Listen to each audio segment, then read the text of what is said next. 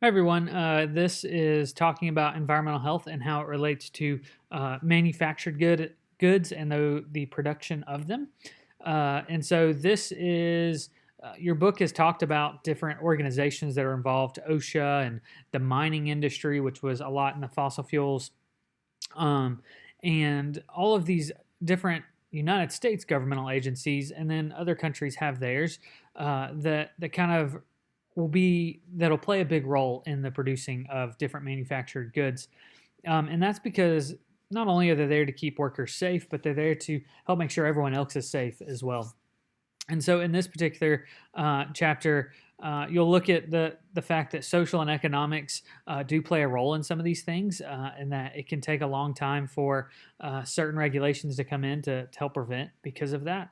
But also, the social and economic changes exactly what's being produced, and sometimes that's changing along quicker than the effects that we know that they have, or the waste products and how to deal with those hazardous waste products.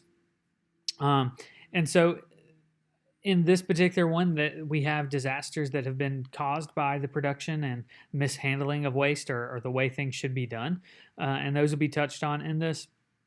And it really covers a lot of different categories, like synthetic organic chemicals, so things that are actually manufactured through the process that don't really naturally exist. They're not there until that process is completed. But you'll also look at things like toxic metals like mercury and lead, and how those play a role. And we used them, and still they're used, but have to be used, you know, in a much safer way, and really knowing the effects that they're going to have on the environment and the health of others. Nanoscale materials, so you're talking about small things, very small quantities of them, but having large effects. And you'll even talk about physical hazards in the workspace. So things like that people don't necessarily think about with environmental health, but sound. Bright light being affecting vision, or welders have this. So if you've ever used a welder, they're very bright, and the radiation they give off can actually tear someone's eyesight, can degrade that eyesight over time. And so those are other things that have to be considered, is sound levels and the duration and the atmosphere that those are in, along with visual things, but also maybe things that may affect the way you move if you're in confined spaces, or the materials you come into contact with. And so vibrations can lead to health problems over time. Asthma causing agents, so typically you think of chemicals that you're working with, but it could be particulate in the air. So if you've ever messed with concrete, if you have to cut it, puts a lot of things in there and can actually cause respiratory distress, and lead to asthma because of the silica that's in that.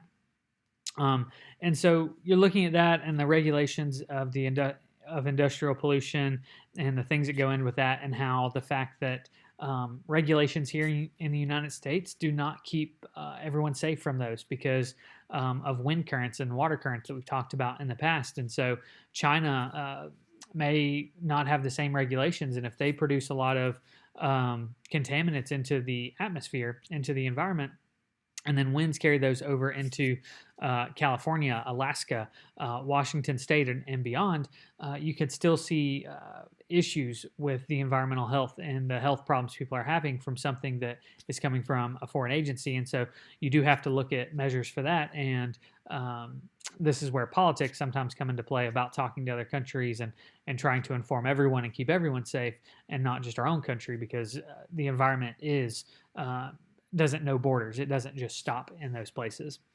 Hopefully you guys enjoy this chapter. If you guys have any questions, please let me know. And you guys have enjoy moving through this chapter.